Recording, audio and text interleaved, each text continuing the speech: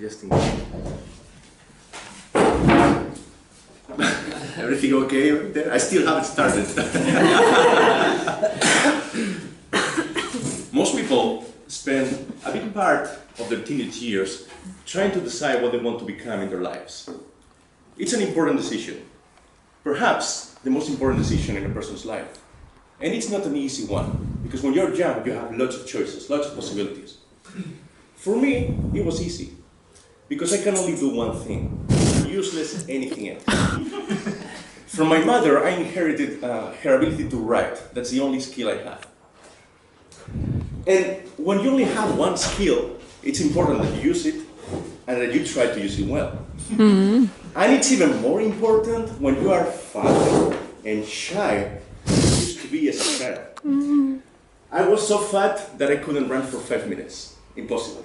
I was actually terrified of physical exercise. I would fake injuries with my feet, legs, all the time, and I would hide from my teachers. And I was so shy that well into my teenage years, when living my own house, if I heard somebody on the other side of the door, on the street, I would wait for minutes until they were gone before I opened the door. Under normal circumstances, I would have been a perfect victim of school bullies. But there was this point early on, every school year, when some teacher would ask us to write something, some report, some assignment, on any subject, language, history, natural science, whatever. And I would write something. The next day, the teacher would come into the class with a big smile on his face, and he would say something like, "Today is a very special day. I would like to read for all of you something one of your classmates wrote." The teacher would then start to read my assignment. The entire class would be in silence for the whole time. And by the time teacher finished reading my assignment, they would all be staring at me, murmuring, and eventually they would start clapping their hands. After the class, they would come to me and say things like, "Nice work," or "You write really well." And even school bullies would come to me and say, "Jordi, you're okay." During a brief period in my life, I also wrote poetry. We had just moved back to Barcelona. I had just started school there. And I heard that there was going to be some kind of poetry contest, and I decided that I wanted to participate. And I had one of those artist moments. One weekend in the morning, still in bed, still half asleep, but already half awake. I couldn't stop thinking of verses, great verses, meaningful, deep, beautiful. They were coming to my mind just like that. And it was easy for me to make them rhyme. Everything was happening in my head. And I was writing notes on a notebook by my bed like this. After a few hours, I had written the whole poem. It sounded like music. But the most striking part was the content, because it was profound. But it was also a narration with a fantasy theme and with a little bit of surrealism. It was pretty much as if I had put one of my dreams on a paper. Of course, I asked my mother for her opinion because she's my mother.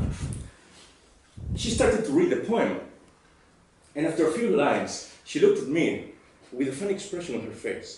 I wasn't sure what that meant. She kept on reading for a few more lines, and she stopped again, looked at me again, same funny expression on her face. Before she reached the end of the poem, she stopped, she took off her glasses, she looked at me and said something I'll never forget. She said, "Jordi, this is good, extremely good. Jordi, listen to me. You should get ready for the possibility that you may never write anything like this ever again." Now, this may seem hard, but my mother knew what she was talking about.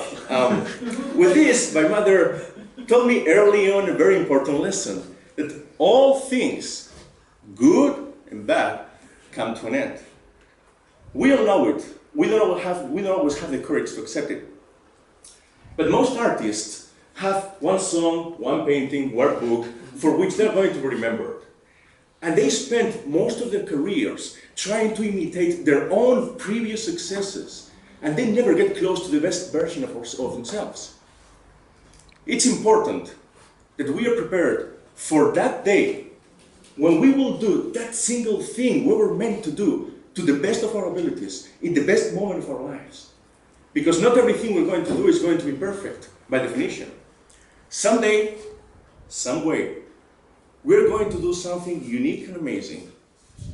Something which is as much a result of our own talent as of pure luck. Something we can't control is going to happen. It's going to make that we are remembered and we will never know what it was. We have no way to control it. It's going to happen. It's good that we are there then, but it's not up to us. We can choose that. Of course, my mother was right. I never had a morning like that morning again. And I've never written anything like that poem ever again. Of course, the poem won the first prize. The jury didn't know how to react. They were in shock. It was unlike anything they had ever read. So, most people spend a big part of their teenage years trying to decide what they want to become in their lives. It's an important decision. Perhaps the most important decision in a person's life. And it's not an easy one. For me, it was easy because I can only do one thing. One thing that I try to do to the best of my ability and that marks the best moments of my life. Valentine's Day.